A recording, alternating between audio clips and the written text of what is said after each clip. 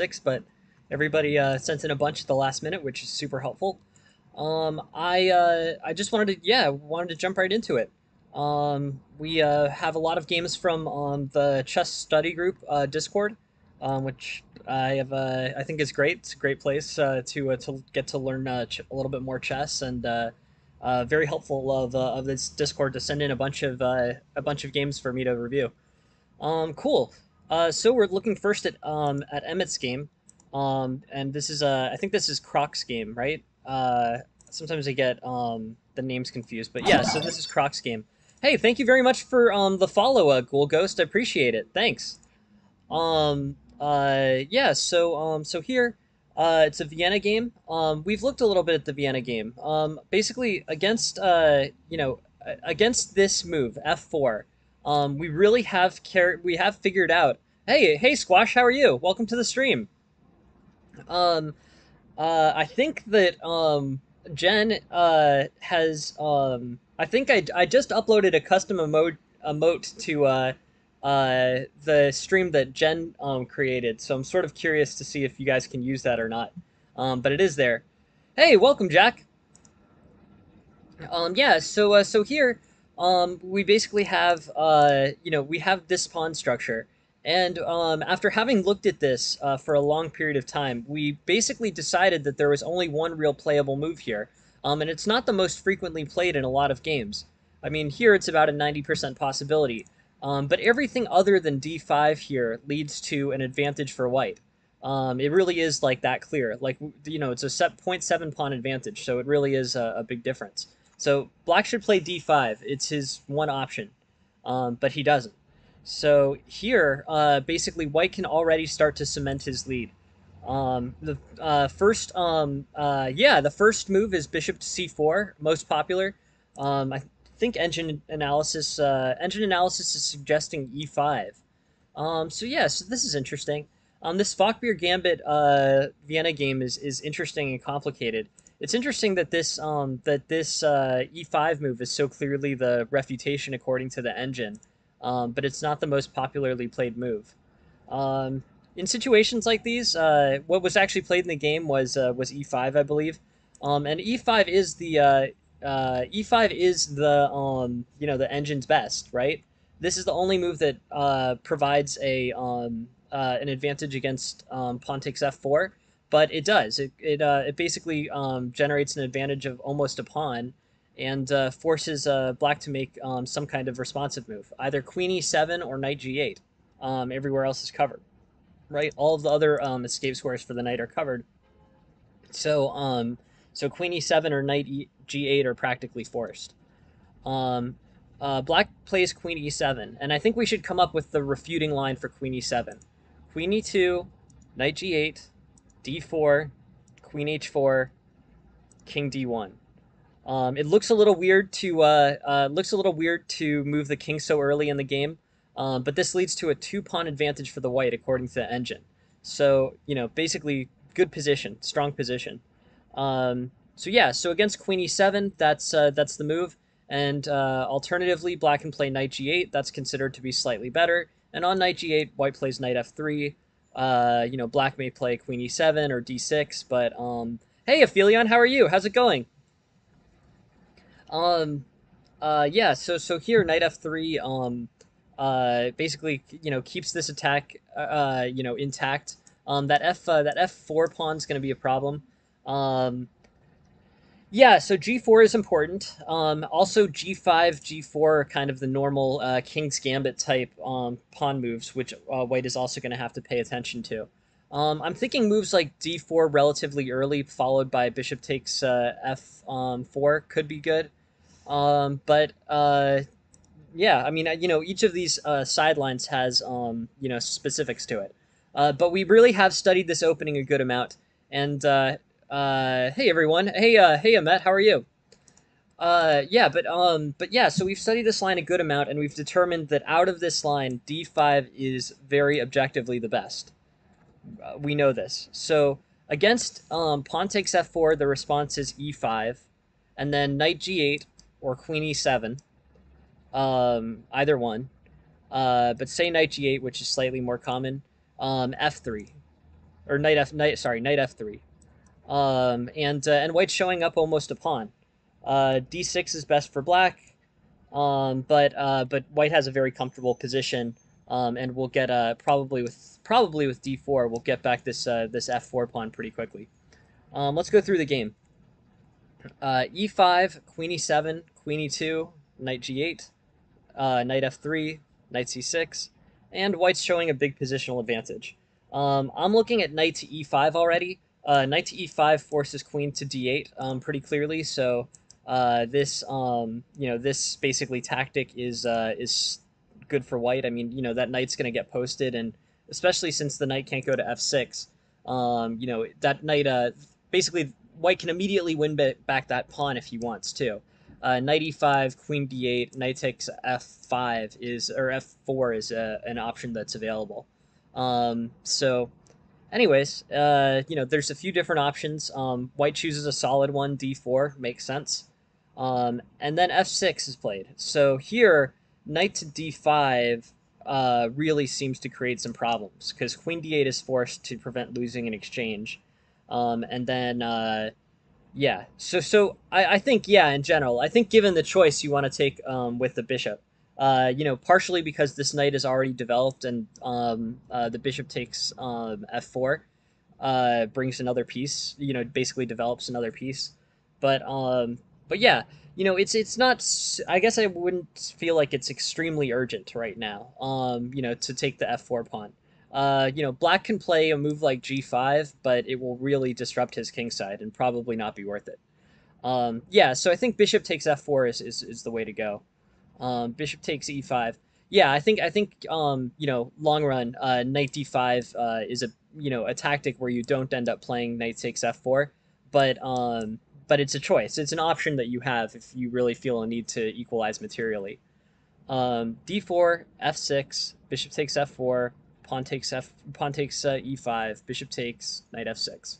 Okay, I mean, white has a big positional advantage here. This game is going well. Bishop takes c7 is an interesting idea. Probably not the best. Here's what I think is probably the best idea. I think bishop takes f6 is the best idea here. Um, let's see if I don't know if the engine agrees with me, but I think bishop takes f6 is the best, because on bishop takes f6, queen takes e2, bishop takes e2, f6, knight to d5, and both the knight is forking this pawn on f6 and this pawn on c7. I guess we can play through it just because it's a little bit more extended. But queen takes, bishop takes, pawn takes, knight d5, and now that knight is checking both. Um, so that's one that's one line that is available to white here. But the engine is suggesting knight to b5. Knight to b5 is interesting. It looks like it's a fork threat supported by the bishop. My idea was kind of simplifying, but this one, yeah, it holds all the pieces on the board and attacks aggressively. Um, yeah, I mean, it's a tough question, Kira. Normally it's based on algorithms related to squares controlled, and space controlled, but sometimes at the secondary level. So the first thing the engine's calculating is material of one side relative to the other. But after that, it comes down to like control of squares and a whole bunch of complicated algorithms and stuff. I should have a better answer than that, but it's basically assessments of how many squares each side controls after tactics are taken into account. But yeah, so knight b5 I think is knight b5 I think is a slightly better move here. Black could respond with queen b4, c3, queen a5, but either way, either the bishop takes c7, trapping the queen here, or the knight takes c7, winning the rook. This is overall just too much pressure getting exerted. So right here for white, if white plays knight b5, I think there's too much pressure exerted on c7 for black to respond to. Just too many different threats. So here, bishop takes c7, bishop takes c2, and here knight to e5. Okay, so This, I think, I think basically White has played a very good game to get to this position. White's up about four pawns here, right? But his the eval is +4, so this is very good, if not close to winning. Um, uh, there is a tactical opportunity available here to play knight takes c7. I don't really think black can effectively stop it super well. On knight b5, knight d5, I think is probably black's best defense. And here, I'm tempted to play c4, except that's vulnerable to queen b4. I think, yeah, bishop takes c7 here. Queen takes, bishop takes, and then knight can't even recapture. So this is pretty good. A6, knight d6, I guess. King e7, but white easily extracts both of his white pieces out. Um, yeah, that those things happen. My strategy, the strategy I would recommend against high-rated players, if you're like, somewhere in the 1200 to 1800 range. Um, the first thing is, I think a really so. What about Queen B4 against the fork? Good question. We can just go to that. Um, so Queen b4 against this Knight b5 fork. Um, you play c3 against it. And this queen holds b2. And both now the queen's getting it. I looked at it too. I was curious. The queen is getting attacked, and so is the c7 pawn now. Queen e5 holds them both. Uh, or defends them both, but first it's minor pieces, so the queen can't really defend against two minor pieces or take there. But also bishop takes c7 wins the queen.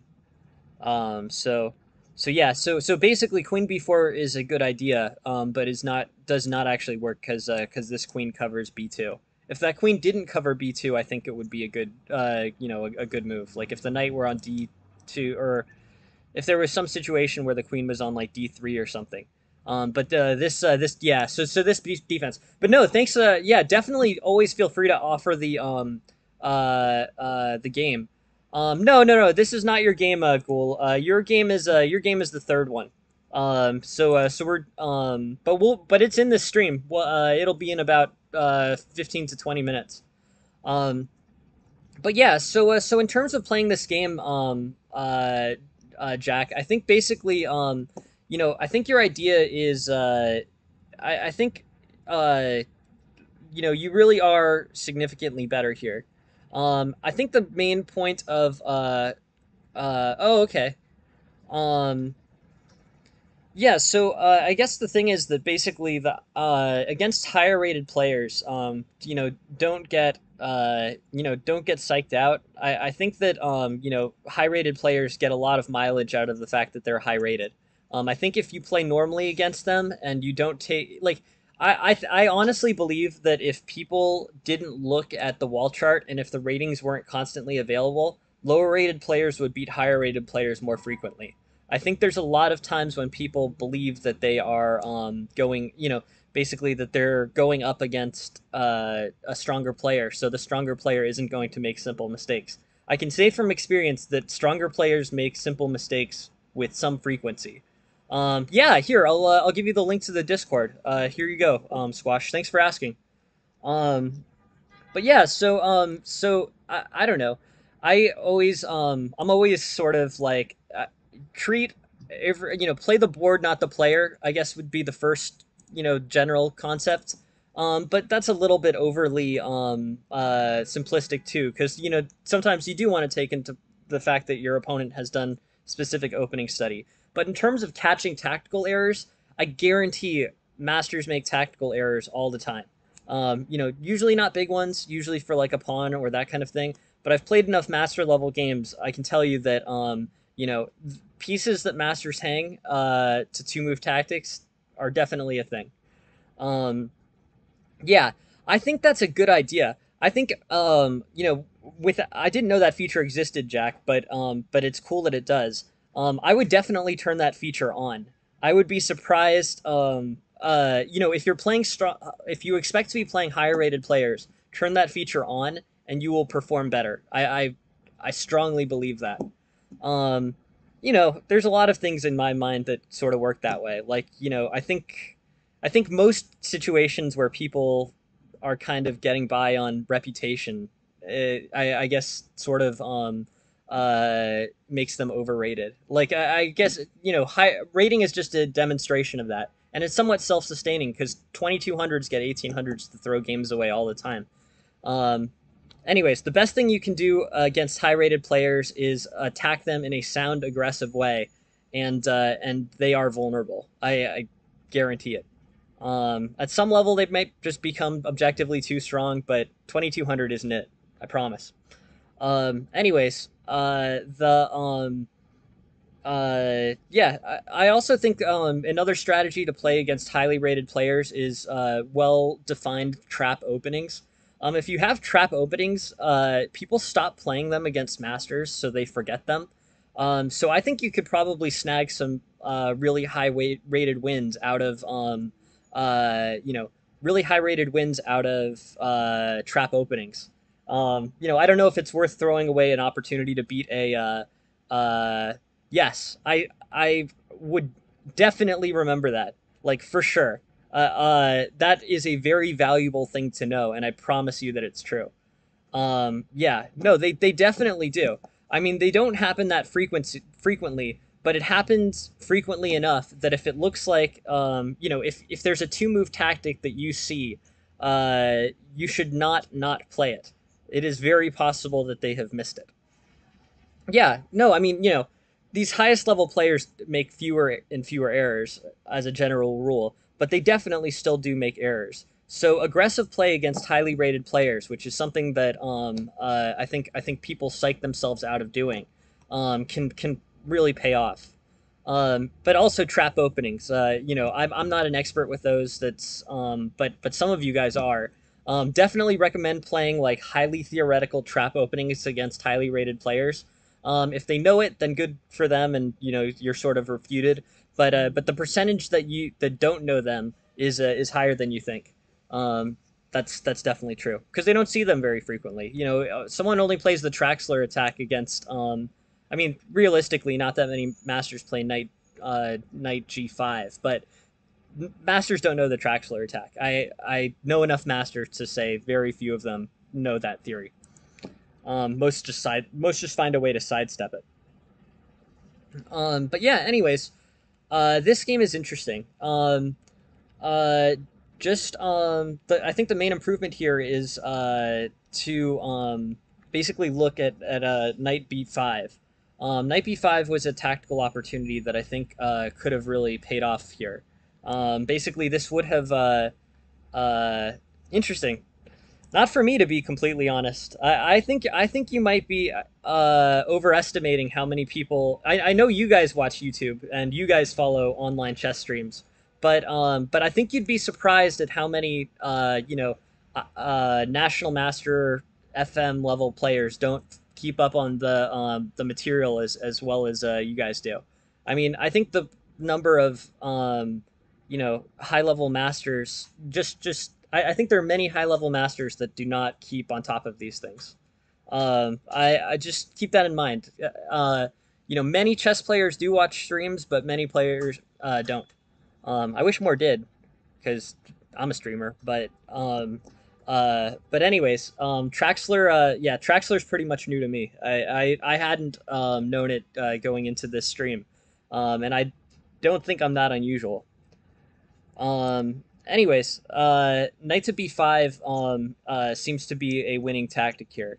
There's checking on c7 seems to be good, forking the king and rook, and yeah, and basically this yeah this looks promising. It's the best way for white to consolidate his basically turn his four pawn material edge into a into basically a more basically a consolidated material lead. Uh, Queen b4 was, by the way, we were talking about what happens with Queen b4. Queen b4 was played in this game. Or sorry, no, it wasn't. Um, so bishop takes c7, queen takes e2, bishop b4, knight e5, castles, bishop c4, king h8, knight f7, king g8. White is winning here. Materially speaking, looks like it's one pawn up for white. But just having an open king side like this and the ability to create discovered attacks is something that's worth a lot. Knight h6, king h8, knight f7. How I don't. I'm sort of just looking at the computer line here. What's the discovery that's going to happen? King g8, knight d6. Okay. King h8, castles. All right. Well, this basically is the engine line, and I do think it's winning. This knight is very well outposted at knight d6. If bishop takes it, then black gives up the bishop pair. Bishop takes d6 and threatens the rook, and basically uh, this yeah, this is going to end up being a good position for white. I want to take it back to the one situation here where black actually takes an advantage, and this is on the hanging of knight takes d4. Yeah, so knight e5, knight takes d4, rook d1, knight takes c2, f2, or king d2. And yeah, this white has very advanced pieces, good piece play, but this exposed king is a problem. So I guess there's two improvements that I'd make in this game. They're both kind of tactical and not really particularly theoretical. But yeah, here knight to b5. I think is a good move. This is gonna win c7. I don't think there's much of a way for black to get out of it. Knight d5, castles queenside, but then threats on the knight with c4. Um, good question. You're looking at this situation. Yeah. So this is the second thing to revisit. So bishop takes. It's a good question, Kira. So please, yeah, definitely, please keep asking them. Like super happy to address them. Knight takes d4, which basically eliminates white center. Rook d1, knight takes c2, king d1. No, I think in terms of threats on the white king, they're not too serious. I mean, black probably castles here, and then has the open file for the rook, which is annoying, and white will have to respond with his best basically things to prevent the knight d5 discovered check. White will have to come up with a solution for. But I think bishop f3 is pretty much fine. So say, in this situation, castles bishop f3. I don't think it's an issue with the king being exposed. I think basically the issue is that the white's now down material, and black has similarly active pieces. That's the main difference here. Both neither kings have great king safety, but basically they both have similarly active pieces. Like these three versus that three, not super differentiated. So a lot of this -2 eval comes from that one pawn that black is now up directly. Anyways, two improvements. Otherwise, things were good. I think basically here there was an opportunity to play knight b5. This is mainly a tactical shot that works out. This c7, it's good. Um, Instead, bishop takes c7 got played. Not terrible, but not fully maximizing on the lead. And then the second error of this game was knight to e5, hanging the d4 pawn. If black declines to take the d4 pawn, a3 is a good response. Bishop c4, but black's back to being equal. A better tactical response here is d5. This causes more problems since the d4 pawn is still hanging, and black now has a double threat on the bishop and the knight and the pawn on d4. Yeah, no. So after king g1, you don't see an attack for white. Let's see. Here. Okay. So d5. Um, rook takes. All right. So here, I guess I would say knight takes d5. And then on any retaking of this knight on f7, you'll have a discovery. So like knight takes d5 here, rook takes, knight takes f6, and then you'll get at least an exchange out of it.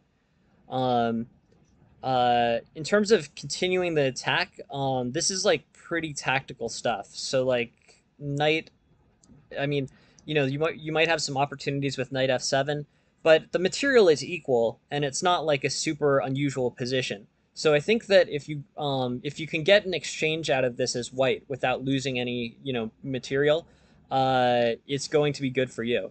The engine will play into this situation where basically this knight will be posted on d6. This is also fine. I mean, white's basically up a pawn with a better pawn structure and a good good basically piece positioning. Um, I think it's sort of interesting. So there's some volatility in this game, mostly tactical.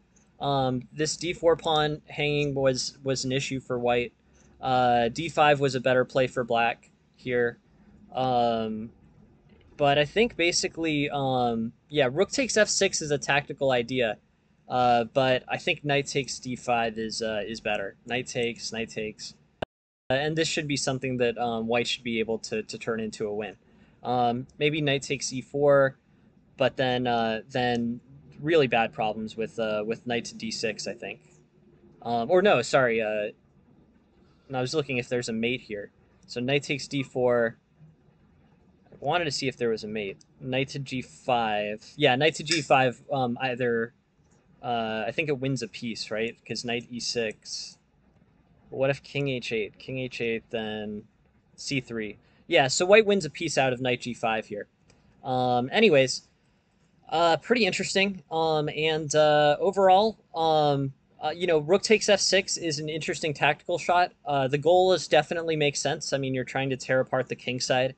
But anyways, I think the main idea here is to basically maximize tactically. Rook takes f6 is the right general concept. You want to be attacking, but it requires it requires the follow up to be an accurate move. Um, yeah. So at the end of the day, I think this was a an interesting game. It was probably more volatile than was ideal. Yeah, that's where I was going to steer you towards. I think this is basically a tactical game, and at the end of the day, you basically with good tactical vision, you reduce the volatility. You know, there's so many hanging pieces here that it's basically there's so many hanging pieces that basically it creates problems. You want to be able to outcalculate your opponents in positions like this. Um, so yeah, so I'm gonna point you towards Puzzle Battle, Puzzle Rush, Chess Tempo. Yeah, that's the biggest improvement. Specifically that knight b5 and specifically that hanging d4. But overall, if you look at this game report, this is just choppier than it needs to be. If you're able to cut out like one or two of these chops, you will win a game like this. Your rating will go up pretty significantly. And if you look at master level games, they basically, the tactical vision keeps them so it doesn't bounce around like this, or it's a very unusual game where it does. So anyways, that's my idea. I think that's the biggest takeaway. But overall, interesting, and it showed sort of what can happen in this Vienna game, Falkbeer Gambit. Falkbeer Gambit is refuted. Sorry, Falkbeer Gambit is refuted. It's d5. D5 is the winning move for black. So if anyone plays it against you, d5. Okay, on to the next game. This is a game from Gobar. Gobar was playing white. Oops. Sorry. 1 second. I'm gonna pull it out of Lead Chess and put it in chess.com. Um, But yeah, Kira's talking about Puzzle Storm, and I haven't heard much about that, but I would like to try that out. That a good free puzzle trainer is definitely a valuable thing. So, I'd like to know. I'll check it out. Um, yeah, no, uh, interesting. Yeah, I'll check out both of those. They're not ones that I'm familiar with, to be completely honest. So, Puzzle Streak, I don't know. But yeah, no, thank you very much for sending the game, Jack. I think I'm gonna steer you towards tactics for that.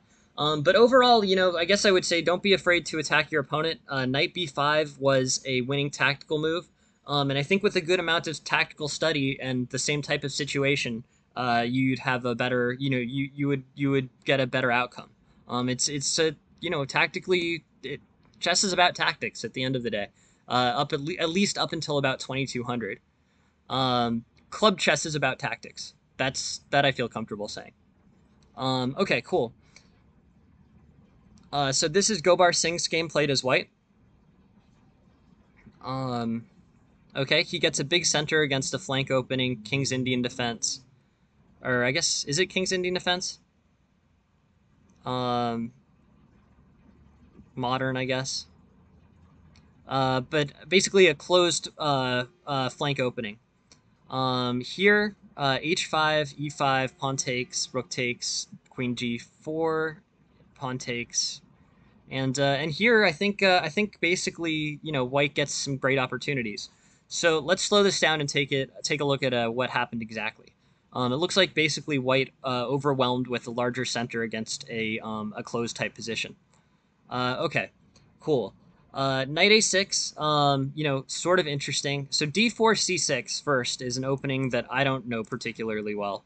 I think maybe with c4 you can transpose it into the Slav, but like uh, without d5. I mean, d5 by the way is an overwhelming favorite here. d5 is played in 69,000 games, and knight a6 is played in 13 games. So black is really stepping out of kind of the normal lines here by playing knight to a6. Um, okay, knight to a6, e4, g6, knight to c3, and white basically has a big center against a g6 c6 formation with knight on a6 and kind of misplaced there. Bishop g7, knight f3, knight to c7, bishop e2. Uh, White's development, I think, is healthier, and when once Black commits to a side, White will be able to attack aggressively.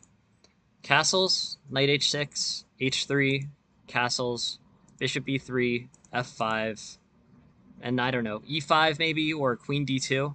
But one of these ideas. So say, I guess probably queen d2. Um, but basically, this is going to allow White to launch a quick attack.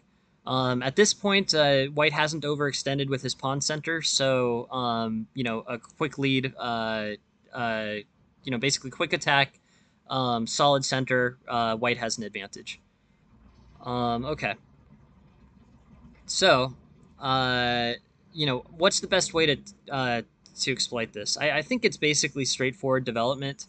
Um, but I am curious where the engine places White's kind of shift here. I mean, basically White it completely controls the center, and the best push for Black is probably e5, but e5 needed this knight g4 tactical support to defend it. It wasn't even playable until knight g4. So with h3, knight f6, and this is really just a solid position for White. White's basically developed all of his pieces, all to reasonable squares, and the king side looks ready to attack as soon as Black castles. White plays g4, which is takes space. I don't know if that's the best move yet. I think it's probably the best move post castling. Here I might castle queenside, although I think they were saying castling kingside was better. But I'd play some type of straightforward developing move, and castling is one of them. I guess there's not really anything else. Everything else is already sort of developed. But I would play g4 after the castles. But if black castles, then you have a well-positioned g4, and you can sort of just continue on this attack. E5, pawn takes, knight e6, bishop e3, c5, d5, and here, yeah, knight d4, queen d3, bishop takes, and basically, white has a solid position. He's a little bit better here. Uh, b6, bishop d4, knight takes, um, and yeah, I guess e6, e5, they're options. But basically, I think rook g1 and then h5, h4, h5 is probably the play. Uh, yeah, so white gets basically an aggressive attack going on the king side and uses that to win the queen and mate. But yeah, let's go through this. Um, c6, c4, knight a6, e4, g6, knight c3, bishop g7. It's a good central formation for white. E5, d takes, knight e6, bishop e3. All right, fine. Um, Knight to d4, castles. So I guess, yeah, I guess this probably was an error. White should probably continue with his attack here. On castles, knight takes d5. Um, Loses this knight. So there's a discovered check from this bishop on g7 to that knight on e5, and that wins a pawn. See, so on castles, knight takes d5, and then this knight on e5 is getting attacked. So on either knight takes, bishop takes, or on pawn takes, bishop takes. Um, Either way, it's basically a winning wins a pawn for black. So I think white needs to do something to eliminate that discovered tactic. That discovered tactic isn't super easy to see. I mean, you don't normally think of discovered attacks on a piece on e5, but f4 does it, and then I think knight d3 potentially does it as well. What happens with knight d3? Knight d3, I guess, just leads to kind of strategic advantages, moving the pawn to b7, that kind of stuff. Would it be possible for knight takes f7 after knight takes d5? Um, yeah, probably. Let's see. So knight takes f7 here, and then rook takes, and then knight takes. Yeah. So yes, that is playable. But it's still a trade of this, relatively important d5 knight for this relatively unimportant f7 knight or f7 pawn. Yes, that is a good tactical response of Felion, for sure. But it basically, it still isn't particularly good for white to be trading off these two pawns. The d5 pawn is a better one. Yeah, so here knight takes c2, queen takes e2, knight e4, queen t3. Yeah. So basically, the big shift in eval happens when this knight becomes available for attack. The first opportunity it becomes available for attack is here with knight to e4, but then knight takes e7, and I think that might be okay. So let's look at knight. I'm just kind of curious about knight to e4. Knight takes e4. Oh, because the e6. Okay, so it wins based on taking the e6 knight. So d6, d5 threatens this e6 knight, and based on tempo, it doesn't yet allow for that quick discovery. But once the knight moves, now defense of this loose knight is necessary. So that's an opportunity. That's it's not an easy tactic to see, but that's an opportunity to improve for white. I think just counting out this tempo here, um, it's a tactical improvement. But yeah, when playing d5, don't forget about the defense on this e5 knight. There are many situations where that happens, actually. You get the opportunity to play d5 and remove the defense on the e5 knight if it's posted there. That happens. Yeah, no, for sure, Aphelion. Makes sense. Definitely makes sense to attempt. And it does. It keeps the material equal. It just leads to a positional disadvantage by trading off pawns. Here, White, basically improves on every move as he continues this attack. So here it's about plus zero point 0.5, b6, bishop d4, bishop b7, and just yeah, pushing the pawns will break open the king side. That's yeah, good news for white. I don't know, maybe there's a better place for black to sort of slow down here. Um, uh, so here black's up. Knight takes, bishop takes, bishop takes, bishop takes, and I guess what's the engine suggesting in terms of responding to this kingside attack? Like e6, I guess. E6 looks pretty dangerous. E6, f takes e6. Oh right, because e6 puts pressure on this diagonal, this fianchetto. So a tactical improvement for black here would be e6, putting pressure on the d5 pawn. It's complicated because that doesn't really stop the attack either. I mean, this attack for white feels almost unstoppable, right? From this point, h4, h5, pawn takes, rook takes h7 is going to be available for white. Um, and here, yeah, white's better. Uh, cool, interesting. Um,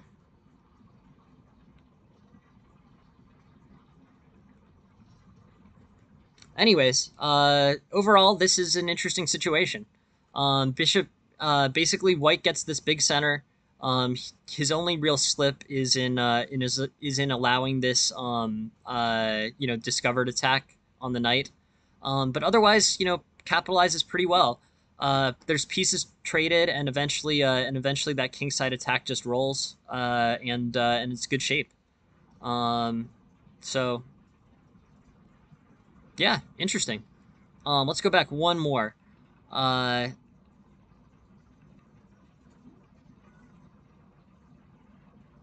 C5, D5, and that knight on E5 is hanging.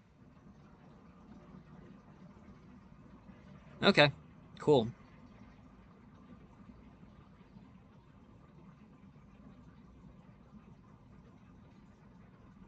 Yep, it's a win. I'm seeing if there's any other inefficiencies, but basically, the errors here were pretty much as I've already gone over. That hanging knight on e5 probably was not ideal for white. Uh, Basically, this queenside castling, strong play there. Bishop takes, bishop takes. Yeah, and the attack from white is pretty much overwhelming. Solid, good ideas. I think black's chances are really limited here. This e6 pressure on this pinned pawn is a creative tactical play. But overall, I'm trying to I'm basically trying to look for black's missteps. Um, and I don't really think there were any. I think, or none that were too big. Um, I think we're kind of in an interesting situation with this, where basically, this is what happens when you're playing a large center opening against a flank opening.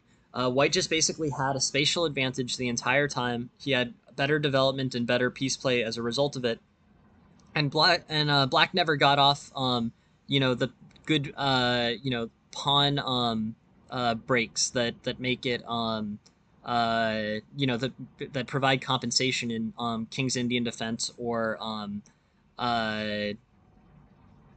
other flank openings per modern.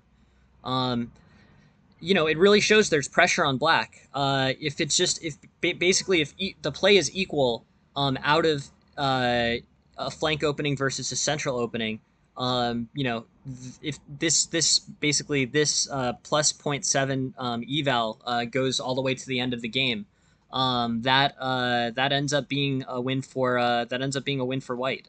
Um, the pressure is on black to equalize, and giving your opponent a space and center advantage is a tricky way to equalize. You're basically relying on one of those large pawn breaks, and if that doesn't happen, then white will win the game. That's pretty much what happened here. Uh, White, got good center play and then a good kingside attack. Black never really found a way to break through a solid white center. White didn't overextend. He wasn't greedy, so it seemed to play out pretty well for him. Interesting game. Solid play by White. The only thing, the only real error was that opportunity for the discovered check. Knight takes d5 with the hanging knight on e5. But short of that, solid game. You managed to avoid any overextension of the center, and you held on to the spatial advantage that White gets out of against the King's Indian defense. You held on to that for the whole game, and Black never equalized. So overall, solid, good play by White, and a smooth win out of modern type theory. Okay, cool. On to the next one. This one is from GG Ghost. GG Ghost is from the chess study group Discord. Really appreciate you sending this one, GG Ghost, and I just want to make sure you play this one as Black, right?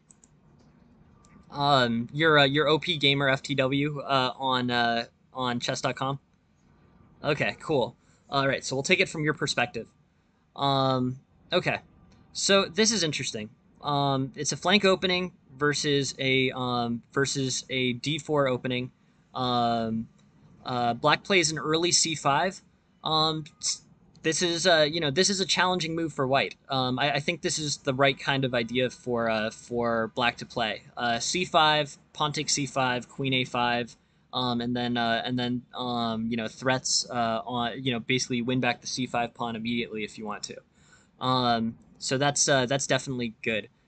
Here d5 I think probably. Knight c6 is fine, but I would probably just play d5 already, and you've equalized in the center.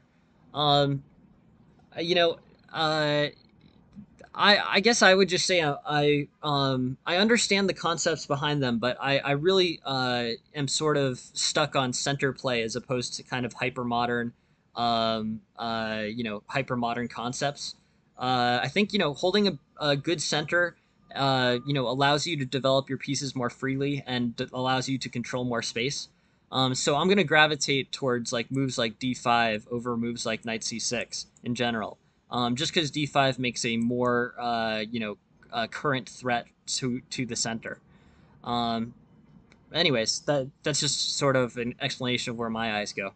Knight c6 is also just fine. This basically is an idea where you get the quick development, and you're probably gonna play d6, but you might play knight b4 and threaten to disrupt White's bishop pair. A few different choices for Black versus White here. So castles and then knight b4 is what's given by the engine. Queen b6 also makes sense to me.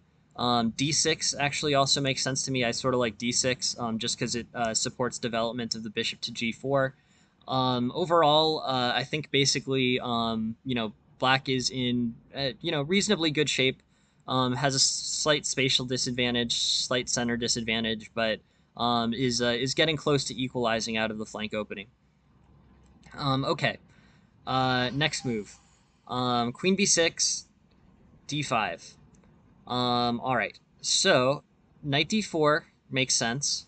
And knight b4 also makes sense. I would probably say knight to b4, and then come up with a plan to try to attack this d5 pawn, which looks pretty extended and undefended by other pawns. That's my that's kind of I think I would play that. Um, you played knight d4. Knight d4 is also a completely fine move. Makes sense. D6, you're developing, good. And yeah, knight to e8, rook there, knight f6, and basically, unfortunately, that looks like White gets very good. White has good eyes on this tactical opportunity. Um, But let's slow this down because I don't think this game had to go exactly like this. So here, Queen e5, Bishop e2, d6, Rook e1, and nothing about this seems particularly bad. I think this is all fine. This queen is getting a little bit restricted. So I'm wondering if there was an earlier way to steer away from this. Um, if the queen, because the queen ends up basically getting displaced and trapped, which is not ideal. So here, d6, bishop g4, I think is a way to play this. I think here basically, your emphasis is development. Queen b6 is probably just, queen b6 is not something that the engine particularly dislikes, but I would just say um, this threat is a little bit. I mean, okay, so d5 is played here, and that makes it so that you can't play queen takes b2. Okay, so knight d4 gets played, knight takes, queen takes, and then this b2 never really came under pressure. Because of this, because of the d5 tactical opportunity for white, queen b6 is actually a threat that's dealt with sufficiently. It's you don't. It looks like the type of move where you win a pawn, but it doesn't actually, because this pawn moves with a threat, and then you have to deal with the threat, and then you don't get the b2 pawn. So that's so the idea behind this I think was good, and I think from a strategic perspective, definitely by all means look for moves like Queen B6. But I think that in this particular case, it wasn't actually able to be that threat didn't really pan out. So I think a move like D6, which offers you straightforward development, is better than playing a threat that is dealt with. I think I think it's somewhat of a tactical problem. Like, if you see that threat is dealt with d5, you probably don't play queen b6 because you know, between playing a queen move that's dealt with or playing a move that forwards your development, you would choose the move that forwards your development. So queen b6 offers white some tempo in the it basically turns black into defending again. After it appeared that it looks like black's attacking after queen b6, but after d5, black is defending. White's attacking the knight with his pawn. Queen takes, bishop e3, and here I think is probably thematically the biggest kind of error here. Um, this queen gets displaced, but where should the queen go? I guess I would probably say queen to b4. That looks best to me. This at least creates a threat that white will immediately have to deal with. Queen e5 is a centralized knight queen, but the queen does have a lot of mobility on this square. But I think you basically relatively gain a tempo with queen b4 because queen b4 creates a threat that white has to respond to, or white should respond to. And then as a result of that extra tempo, you get to play d6 and then get this bishop, which you definitely do need to develop into the game. So from a theoretical perspective, I'd be focused on this. Queen e5 is a move that holds the queen, but queen b4 is a move that generates an attack that pretty much must be dealt with. So I think there, that is a like positional strategic consideration. Like, you really do, if you create attack with, if you need to move a piece because it's getting attacked, if you create an attack with the moved piece, you will save time relative to moving it to a square where you're not creating an attack. Creating an attack can save you time is the main point there. So this b2 pawn is getting attacked out of b4, or queen b4, but it's not getting attacked out of queen e5. Queen e5, sort of whatever, but queen b4 attacks this pawn and makes white have to spend a move responding to it, and none of the moves responding to it are particularly helpful. So on queen b4, like rook b1, d6, and at least you're moving your development forward. Otherwise, queen e4 bishop e2 or some type of maneuvering. Yeah, so say bishop e2. You play d6, and white has improved his bishop. Um, and the queen's on kind of a square that's similar, if not slightly worse. But conceptually here, I think this is the real, this is an improvement that you can make. This queen b4 threatens a pawn. It requires a response. Queen e5 does not put pressure on white in the same way, and for that reason, it's a slower move. It doesn't allow black to develop his pieces as quickly. So I think that's an improvement. Here, things are still okay. Queen d2, rook c8, bishop takes a7, knight e8, and yeah, I mean, this is yeah, this unfortunately gets really stuck. But I think it mostly has to do with the time spent. Knight c8 is not super helpful. Uh, Conceptually, I get it. Taking off this knight is probably good. But even then, you're basically removing you're removing your fianchettoed bishop for a knight on c3. Like, that's usually not a good trade. Um, so I'm thinking, so just in terms of relative value of pieces here, this bishop for this knight, I think the bishop is generally more valuable. Um, what are the alternatives? This rook e7 probably needs to get dealt with. Probably just rook f8. Rook f e8. That is, yeah, that at least deals with that threat. Uh, but knight e8 and development is kind of suffering.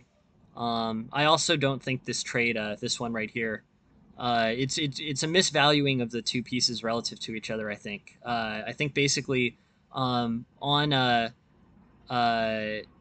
on bishop takes c3, you're trading your dark squared good bishop, which is fianchettoed, for a knight that is, you are creating a benefit in the sense that you're creating doubled pawns on the c file, but this is a valuable bishop to you. I don't think you want to be eliminating it. Yeah, no, for sure, and it does have, it does happen. Volatility definitely happens. Uh, these things do happen. And but the game doesn't end. So it's like you hang two pawns, but the game hasn't finished yet. Finding a way to maintain your composure is an important concept. Um, but yeah, I think this move, basically is more. I'm sort of more focused on. This should be identifiable as a better idea than this, because of this extra tempo that you're getting. Um,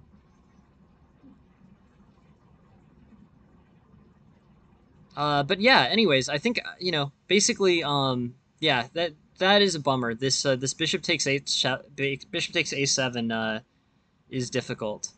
Um, but yeah, I think both of these pawns, basically they became undefended and got taken. This one on a7 and this one on e7, which is a bummer. I know that feeling when it's sort of slipping away. How do you kind of maintain composure?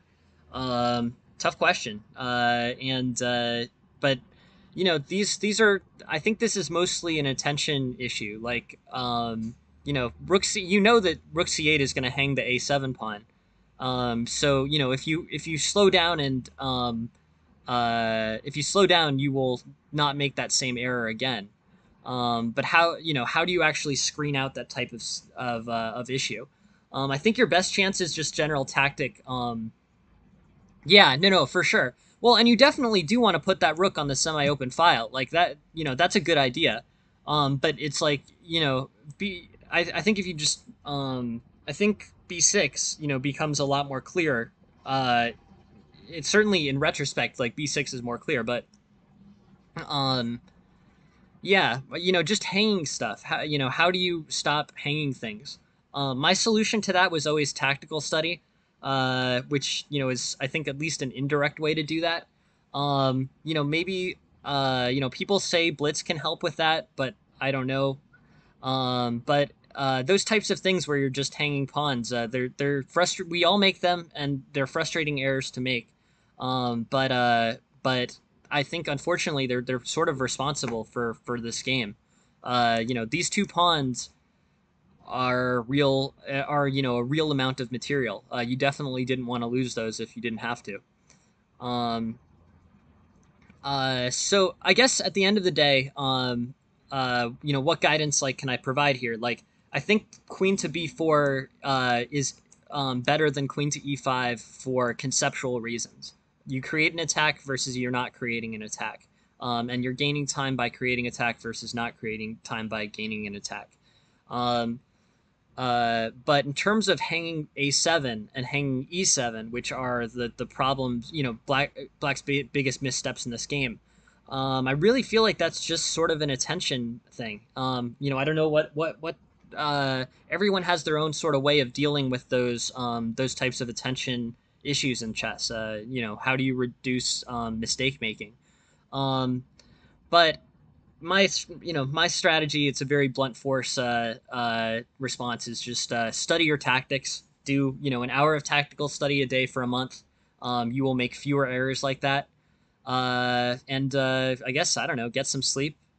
Things that increase your general attention span are the most important. But it's up to you. But it's a bummer because they do swing games. I mean, you played a pretty solid game as black. You basically played into the middle game without any real issues. Your pieces are fine. You're about to have open files for your rooks. But two pawns hung will swing a lot of games against you. So, um, unfortunately, I think tactical study is the best response to that. Others may have better suggestions in terms of in terms of establishing ideas for missing, for basically preventing you missing one move tactics. But I'm not sure they're chess related. I think they're generally focus related. Um, Doing tons of tactical puzzles will also increase your focus. But focus is the biggest takeaway here. Um, the biggest chess related takeaway that I can make is that conceptually creating that attack on b2 means a better developing square for your queen. Overall, thank you very much for sending the game, Ghoul Ghost. Thank you very much for that.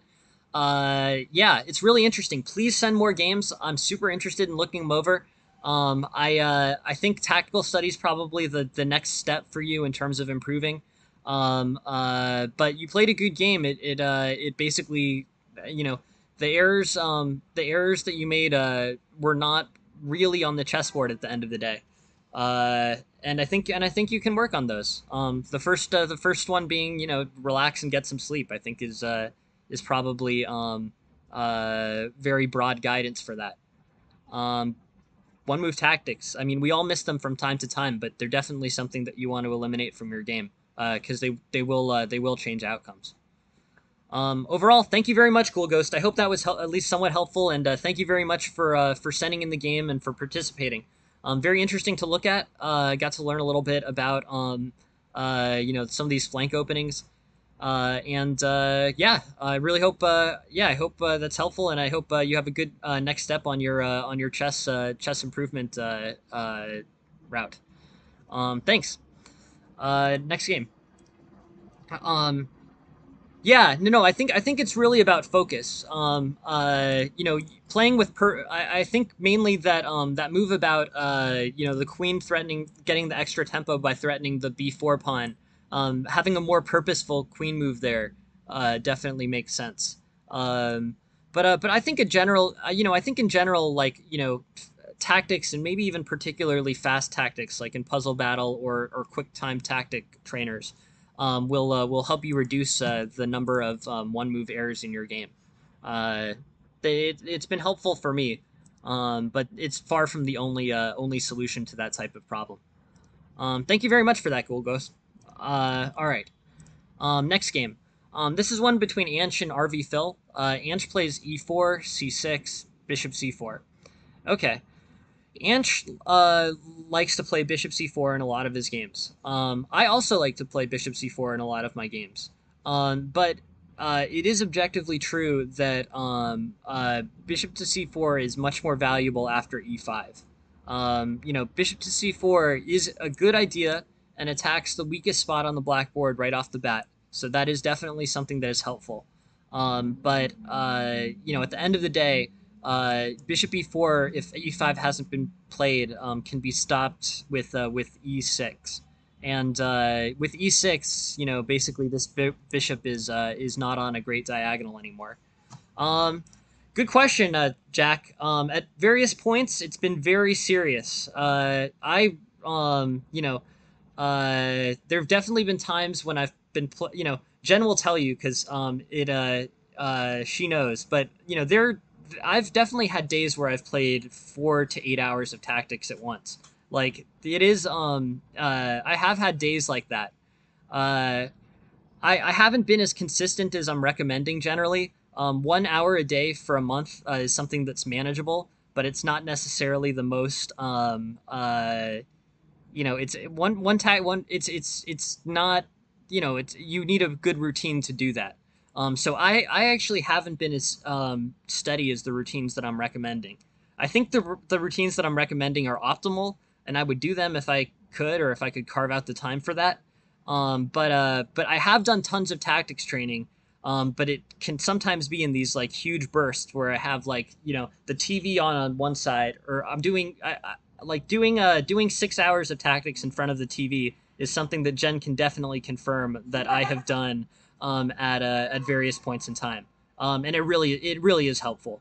The last time that I really did a very hardcore tactics regime was before my tournament in Arkansas last year, where I probably did 6 hours of tactics a day for 5 days the week before the tournament. Um, so like on Saturday, Sunday, I knew I was going to play this tournament that I wanted to win, and then the week before, I studied tactics 6 hours a day for 5 days, and then and then by the time I was playing that tournament, I was playing extremely well. If you do that kind of thing, I guarantee you will improve. That will be very good for your tactical game, and it will be very good for your game in general. But a more manageable thing to do, especially if you have a fixed routine or set empty time periods, is that hour a day for a month. I that will be helpful for you for sure. Um, but yeah, I think Jen can vouch for how many tactics I do out of frustration.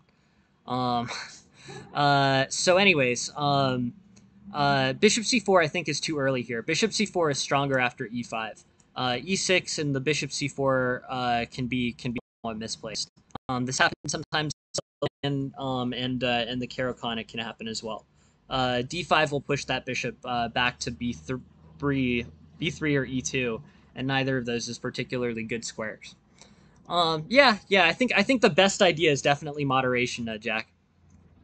Um, but you put in time where you can as well.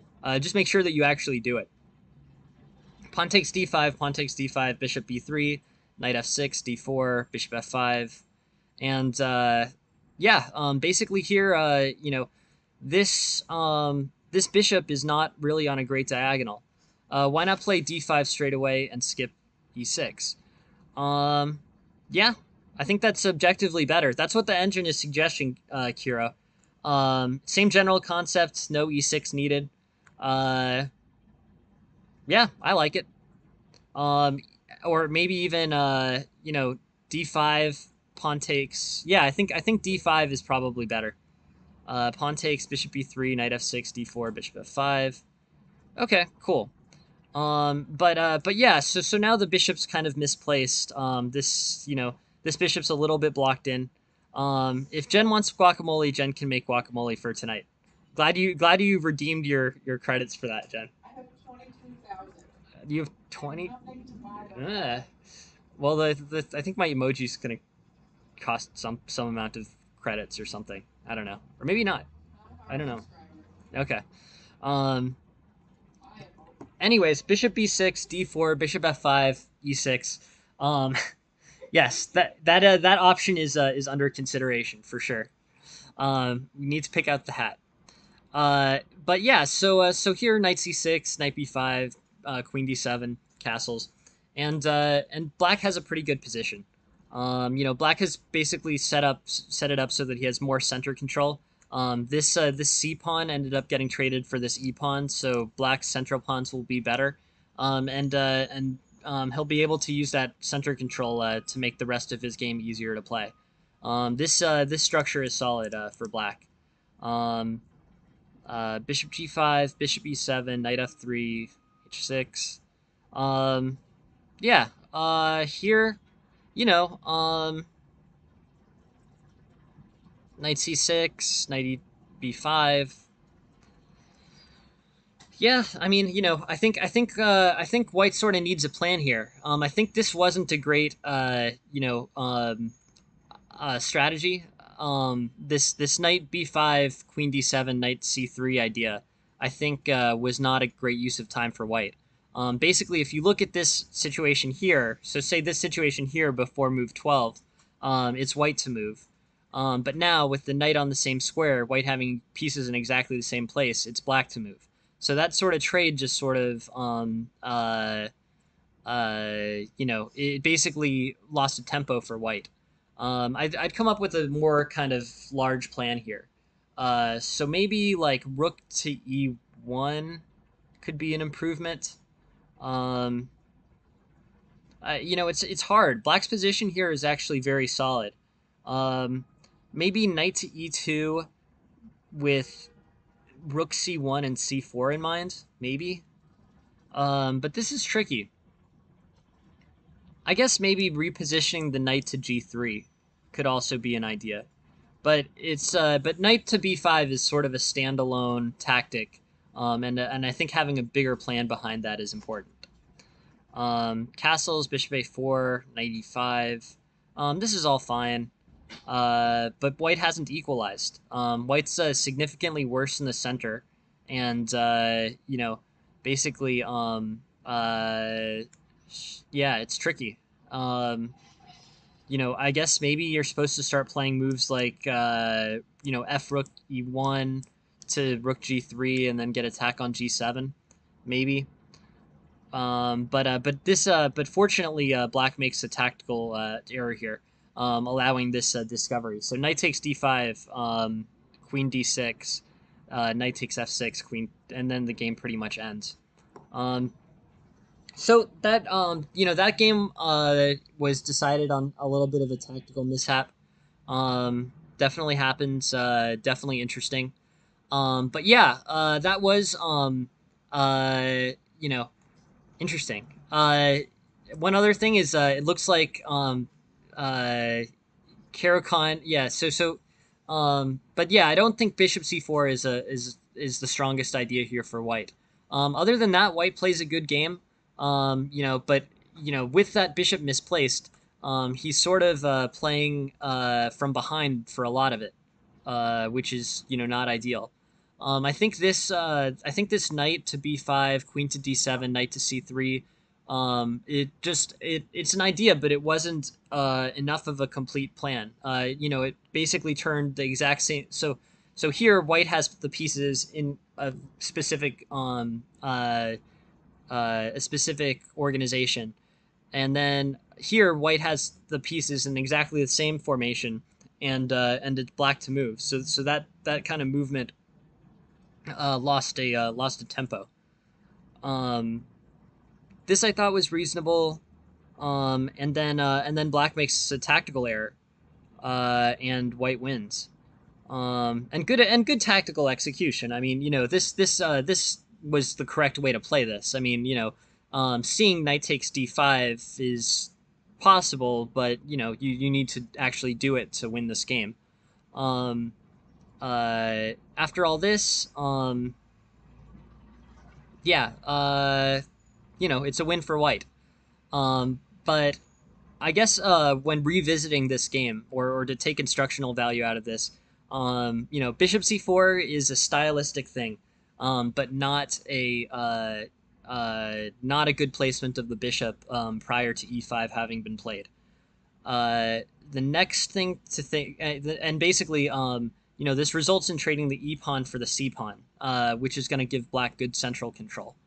Uh, Here, black's basically slightly up.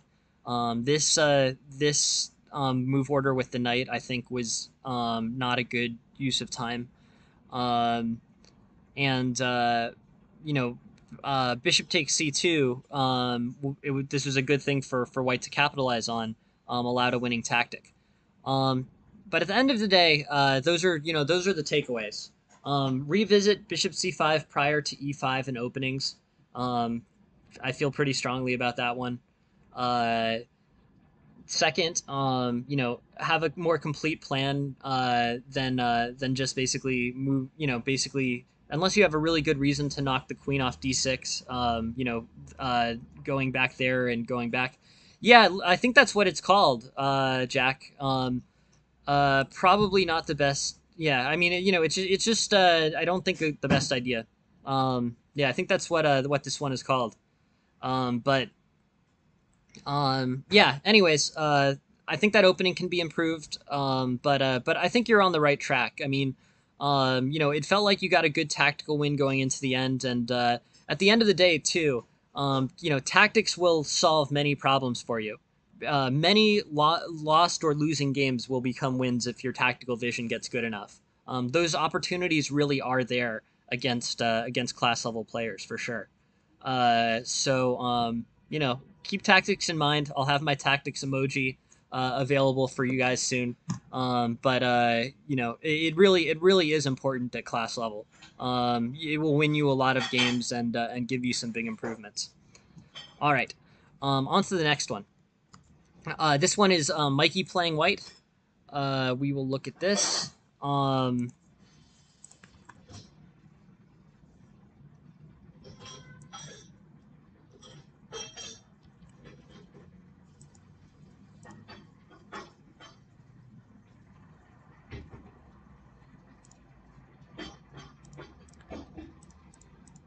Okay, so Mikey is white, and he plays 1d4 and bishop f4. London system. Okay, London system is pretty solid. I think that's a fine opening. Um, Knight d5 is aggressive. Probably not useful to move the same piece twice in an opening. And then I think the correct response here is bishop to g3. Your bishop pair definitely is worth something, and I think you're gonna want this e pawn later for moving to e4 to kick that knight off and expand your center there. E3, sort of diminishes your center after knight takes f4. You don't have an e pawn. The e5 pawn or square is very well defended, but the d5 pawn loses out when you lose the e pawn on e4. So bishop g3 I think is an improvement. This is all good. Yeah, straightforward developing moves. Good. Good fork, good tactic. Um, and yeah, this looks pretty good. Nice. Okay. Yeah. The things that I would think about here are first, I think there is value in keeping the bishop on the board.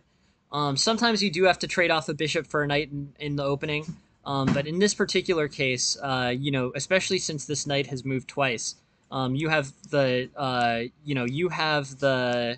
ability to move the bishop out of the way and maintain your bishop pair. The bishop's not great on g3, but it's okay on g3.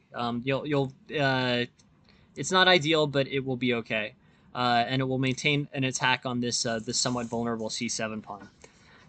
Here, knight takes, pawn takes, d5, c3, e6, knight d2, bishop d6, and yeah, this all makes sense. G3 is a necessary move to defend the f4 pawn. And then yeah, knight e5 makes sense. F6 does not make sense. It swings the game by about 7 points, and then you capitalize on the tactic. and then it's all the game is basically pretty clearly in white's favor from there. So for sure, good win. Yeah, let's learn this opening a little bit better because I'm sort of curious to see how often this knight e5 move happens. Bishop e4 definitely happens a lot, but knight e5 is actually I think totally out of the book. And was it no bishop h6 was second, and then knight e5. So let's see how often is knight. So h6 is already somewhat an unusual move. Here, the most usual move is d5, making the center pawn symmetrical, or g6, trying to get his bishop to the fianchetto diagonal. h6 is somewhat unusual. Knight f3 and knight to e5, and then bishop to g3 is your response. There's not much. There's nothing in the opening theory already. After knight f3, knight e5 takes you completely out of the opening book. No, I think mating puzzles in general are good. I think all of it, just seeing how the pieces work together in a tactical puzzle will help your vision. At this point, it might not be a mating attack, but you'll know how to coordinate your rook and knight in the same way that in a way similar to a mating attack.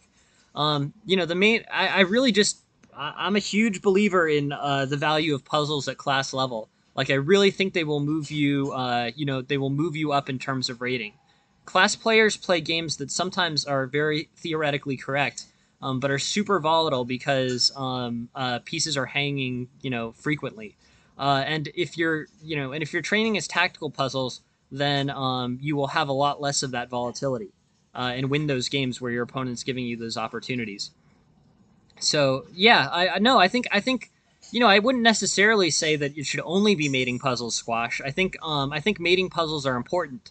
I would mix them in with other tactics as well. But all tactical study is good. Certainly, playing only mating puzzles isn't going to make you worse. You could probably do nothing but mate in threes forever, and you wouldn't get worse at chess. You would just probably only get better at those specific mating puzzles. So I'd say a mixed squash. But the fact that you're doing tactical study in puzzles in the first place means you're on the right track, I think. Here, white basically has to play chess. There's no opening theory for this. So bishop g3 is an improvement on e3 because it holds on to the bishop pair. But that said, e3 is fine. White's probably about close to equal here. Black's primary advantage is having that extra, yeah, no, I think that's the way to go, Squash. I mean, if you're an A player or a class player, you can definitely, you definitely have room to improve on your tactics. So pawn takes f4, e6, g3, knight e5, and you've basically turned this unusual opening into a good opportunity to win on the king side. Assume it doesn't swing back towards black's direction. But yeah, so in this Indian game, what are the main lines actually? Bishop f4 and d5 makes the center symmetrical. Knight f3, c5, e3, knight c6, c3. This is sort of the more conservative, solid foundation that can go with the London system. This is good. I mean, it's a little bit like I guess I would say it's sort of like the Caro-Kann is black, right? I mean, isn't the Caro-Kann sort of like this, where you have like the bishop on f5 and then these three pawns like this, which is solid. Basically all the pawns defend each other. The pieces have natural places to develop. And I think in general, there is an opportunity for the knight to play h5, but I think on knight h5, bishop to g3 is still the best idea. I think as a general concept, trading this, if you're forced to trade this dark squared bishop for the knight, which I definitely think is possible in the London game, you should do it with bishop g3 and then knight takes g3. And that I think is gonna is the better way to trade off that bishop. You play h takes g3, your rook gets more mobility, and your center doesn't get diminished. This normal London system, white has a really solid center. Good placement of pieces, and a good opportunity to move this white squared bishop out as well. So yeah, overall good stuff. Black basically plays something very unusual, and the biggest guidance that I can think of is, I mean, it does right. You have that bishop on f4 and the pawns on e3, d4, and c3. So yeah, I think it basically is with extra tempo. Caro-Kann is a solid opening. I mean, if it's a solid formation to have the pawns set up that way. Uh, the black king pawn is yes, that is true. Yeah, so there's it's basically like the Caro-Kann except with not the same amount of pressure. Uh, you're not getting pressured by the e pawn in the same way that you're not getting pressured by the e pawn in the same way that you are in the Caro-Kann out of the London system. But yeah, in terms of pawn structure, it's pretty similar. Uh, okay. So yeah, so I think here, with black basically taking you out of theory, play bishop g3. It is not ideal to have to move your piece twice in the same piece twice in an opening. But your opponent did it, so that means it's probably not too terrible if you do it as well. You have a little bit more latitude to do it. Um, and then otherwise, yeah, from here, move 7 or move 10. I guess move 10. You win a rook and you win, which is awesome. It's great. It's great that the tactic was there. It's great that you saw the tactic, and it's a win. So the only thing that I can practically advise you when you're considering you're playing such an unusual opening is I think bishop to g3 is better. I think trading off a bishop in g3 is generally better than trading off a bishop on f4 in most openings, largely just because it doesn't diminish your center. Um, this center lacking an e pawn is not as good as a center where you still have an e pawn but you have a doubled pawn on g3. If that's the alternative. So moves like bishop g3 to avoid trading the knight for the bishop are worthwhile. And this is a situation where I think it might have been. So yeah. So thanks for very much for sending that in, Mikey. But I think that's a piece of advice that I would give on this game. I think bishop to g3, avoiding this trade off of your bishop pair, is worth the extra move here. Um, Otherwise, what happened worked out really well, and White deserves to win for sure. Um, but that's just a slight potential improvement in case you encounter a similar position in the future. Very interesting. All right, on to the last game of the night. This is Kiro, a game that Kiro plays as black, and I am very interested in looking at it. It's a Russian game.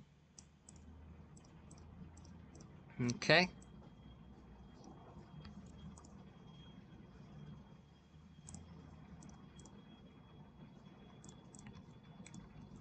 And let's take it from black's perspective. Yeah. So here, it's a Petrov's defense. Okay, interesting. D6 main line. Knight takes e4, d3, and a symmetrical position. Very much the Petrov's game.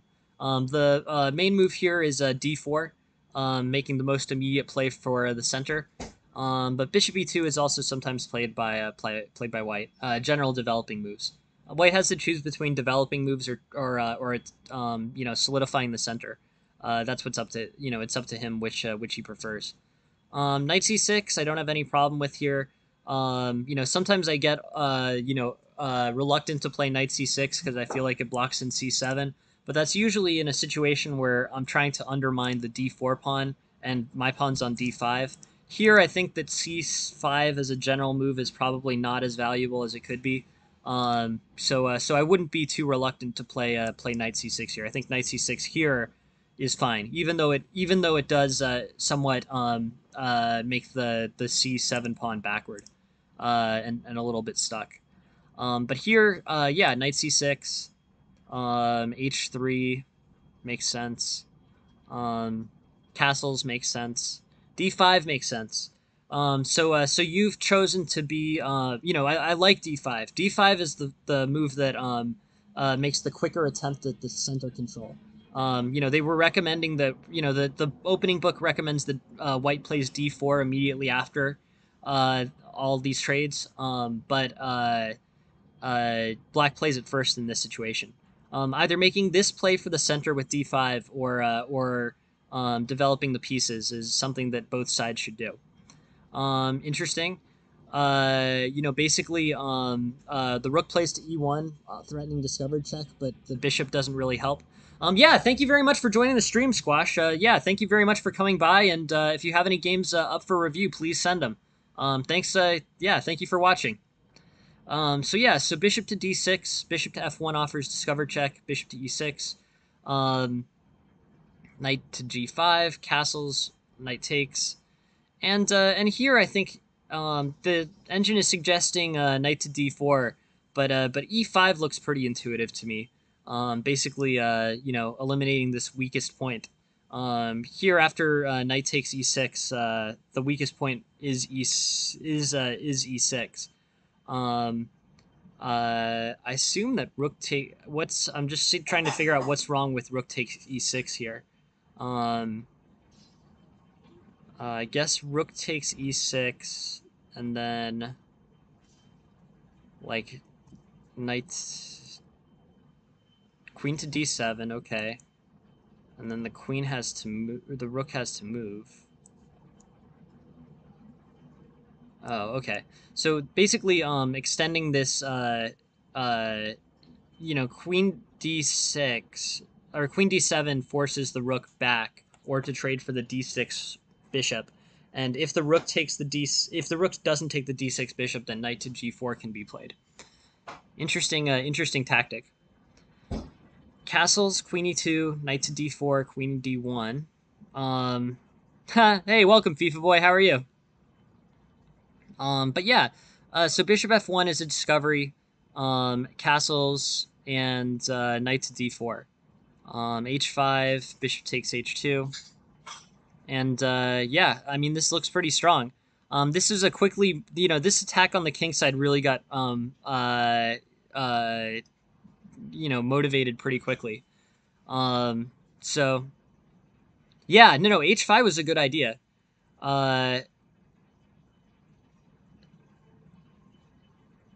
Yeah, interesting. Yeah, bishop takes h2, knight g4, and you're in pretty good shape. Yeah, I think that was a really well executed. No, for sure, Kira. I think that was a really well executed attack. I'm just looking at like king h3, but nah, there's nothing. Hey, there you go. Awesome. Hey, FIFA boy figured out how to use it. Awesome. Okay, everybody. That is the new graphic that Jen made me. This tactics icon. My goal is to use it like less than 30 times per lesson. Uh, uh, but it is a you guys should feel free to use it as much as you want. My goal is to need to use it as little as possible. I'm always harping on how much everyone needs to do tactics. And I think you guys should remind me every time I say tactics with like that graphic or something like that. It's pretty much it's such an overarching theme of what I talk about that I felt like or Jen at least felt like I needed my own graphic to correspond to it. So in case you think I talk about it too much, you can pile on to that as well. Uh, no, I like it. I don't know. It's up to you. It's really cool. It was super nice of Jen to make it. Uh, we'll see. Okay. Computer says -13, but is it really bad? I was thinking after queen takes g4, black can trade the queen. Okay. Yeah, let me look. Okay, so here's the first. So that was the first one. Interesting. Yeah, white can trade the queen for three minor pieces. Um, yeah. Uh, the only issue it looks like is that that the attack doesn't end after queen takes g4. But good point. Materially, yeah. Because three pieces is usually worth the queen. That actually usually wins for the person who gets three pieces for the queen. But the issue is that the queen takes g4, pawn takes d4, and the f2 pawn is still open for attack. So situationally, you conceptually good, Kiro, for sure. But at the end of the day, specifically in this position, it's not tactically playable. Um, Interesting. Uh, okay. But yeah, but I think H5 was an excellent move, Kiro. Definitely want to make sure I give credit to that move because that was a really good idea. Here, I'm thinking White's, what's White's best? H5 is a great move, by the way. Totally want to give credit there. Um, but what is White's best response to this? It's probably Bishop to E2. I think some of White's problems are stemming from the king not having an escape square. Um, but uh, but yeah, this uh, that's awesome. Uh, well, yeah, but except they don't. You know, you didn't play it for no reason. You played it for a very well constructed reason, which is supporting this knight g4. I mean, in many attacks like this, you can play knight g4 with the idea that it's defended, by this e6 bishop. But since you don't have that e6 bishop, it's great that you can supplement it with. I do, yes. Yeah. Uh, yeah. But No, it's really nice of Aphelion to get the subscriptions for everybody. That was super thoughtful. And it was nice of Jen to make the graphic as well. That was nice. Oh, there you go. There you go. You got it. Um, the most common emoji that I will ever see now. Uh, that's awesome. Okay. Here, this is pretty. It's good for black. Black basically, on h5. Let's see if h5 gets a best because I think it deserves one. Um, h5. So bishop e2, knight takes e2, rook takes e2, knight g4 is still a really big problem for white actually. F4, uh, e5 or bishop takes e4 or queen h4. But yeah, no, it was a great idea, Kiro. Good tactical maneuver. Yeah, no, it is a good idea. It's one of those kind of slow evolving tactical maneuvers that are difficult to see.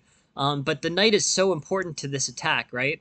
That yeah, yeah. If you have any more emote ideas, Jen likes to do drawing, and it's super nice of her to do some drawings. So that yeah.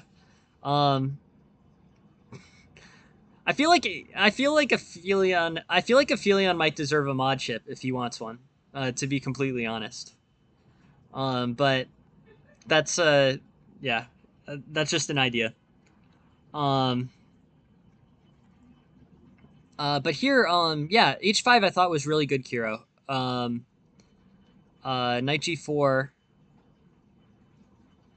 Yeah, no, good idea. Good advancing. But yeah, let's go back here. Is there any real improvement for black? I mean, it's mainly just a strong game out of the Petrovs.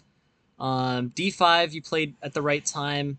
Mixing it with knight c6 is the right general concept. Bishop f1, gave a discovered attack. And honestly, from the eval perspective, you were never worse. And yeah, you got a very strong tactic to winning on the king side. Um, yeah, well, let's think. What are the other mating nets here? Um, the other mating nets. Yeah. Well, no, I mean it's great. I mean, I'm sure before you played bishop takes h2, you had everything after knight g4 calculated. So let's for the sake of this, and because I think this tactic is good, very good. Let's look at the different mates that were here. So king h1, very straightforward. Queen h4, queen h2. Okay. The second one, king g1, queen h4, and now he has a few options. So g3, queen h2 mate. F3, queen h2 mate. Bishop f2, queen h2, king f1, queen h1 mate. Um, Queen takes g4 is probably the only move that doesn't immediately lead to mate, but that loses enough material that uh. So yeah, actually maybe this was the. Oh wait, queen g4. Maybe this is the right time to play queen h4, queen takes g4. It's still a mate, though. Yeah, then you just do something like that. Okay, so there's a lot of threats there. King h3, knight takes f2, and certainly you lose the queen, so you're better. And then king g3. Yeah, king g3 is the only line that I was looking at, but I'm pretty sure it's still busted. I think knight to f5. Knight to f5, king to f3.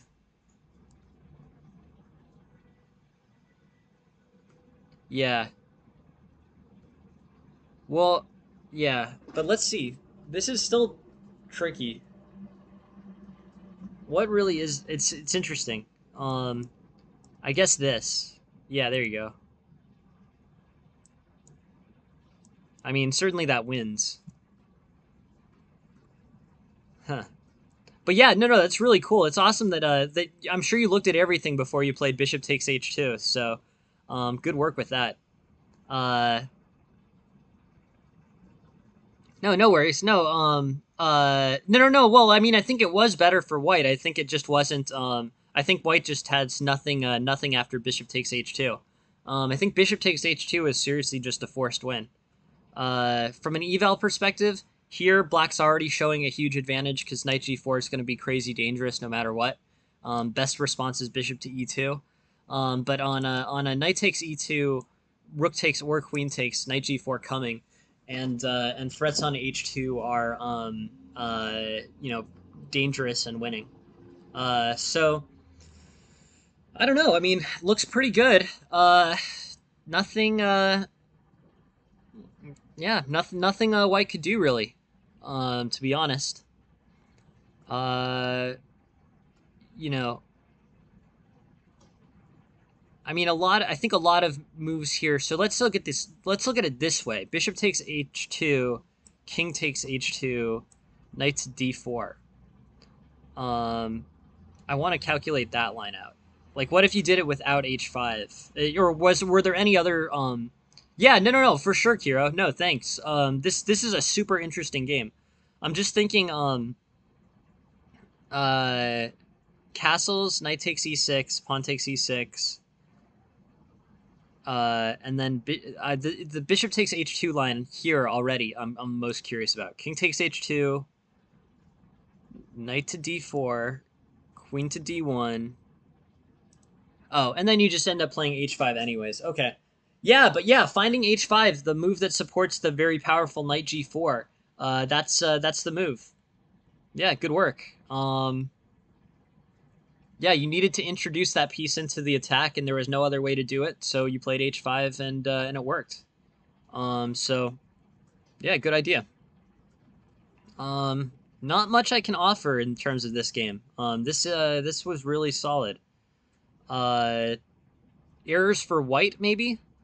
Yeah. Uh, I yeah, errors for white. I don't really know. I mean, knight takes e6 is probably a little bit imprecise, but or queen e2. I guess queen e2 is the error. Rook takes yeah, I mean, this I don't think it was bad, but it was probably just passive. Getting this you get this free tempo, but the bishop doesn't really have a great place here. You know, basically the only move that was actually even playable for, you know, unless you wanted to play d4, which was probably white's best strategy. I guess probably d4 and then move the bishop along this diagonal. But if white doesn't want to play d4, bishop f1 is sort of required to get the open rank for the the rook. Um, but yeah, I think from here, um, yeah, queen e2 is the misstep. You know, a better line I think was rook takes, queen d7, rook takes d6, and then at least the threats are a little bit less immediate. But I don't know. Um,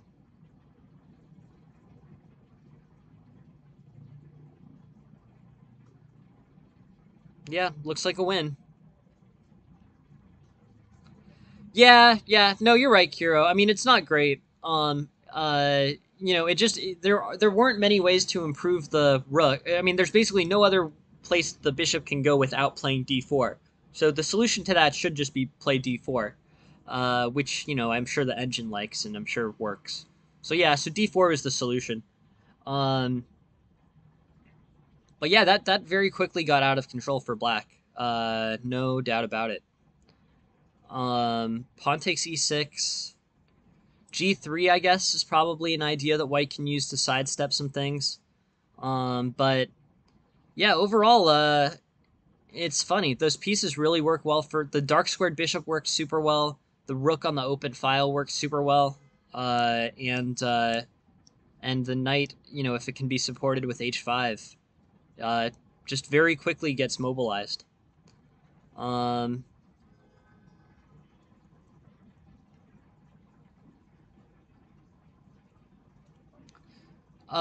you know, okay, yeah, no, basically, but I think actually the error here was queen to e2. Of all the moves, you know, basically this is a very good game for black. There's not much I can add to black's game. But in terms of white's game, queen e2, when you think about it, was kind of pointless. And that's really, I guess, where the error was. So after pawn takes e6, queen e2, knight to d4, and knight d4 basically completely refutes queen e2. Um, you know, white's unlucky that he played an inefficient move in a position where black's pieces were so you know able to attack immediately. But that was the only error in this game, and it was a very quiet error to make. So like something like c3, I think, followed by queen e2 maybe, you know, creates a lot less of a problem.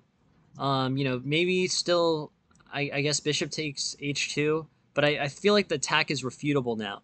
I feel like the fact that you know, black was able to get his knight to d4 with tempo was what really killed here.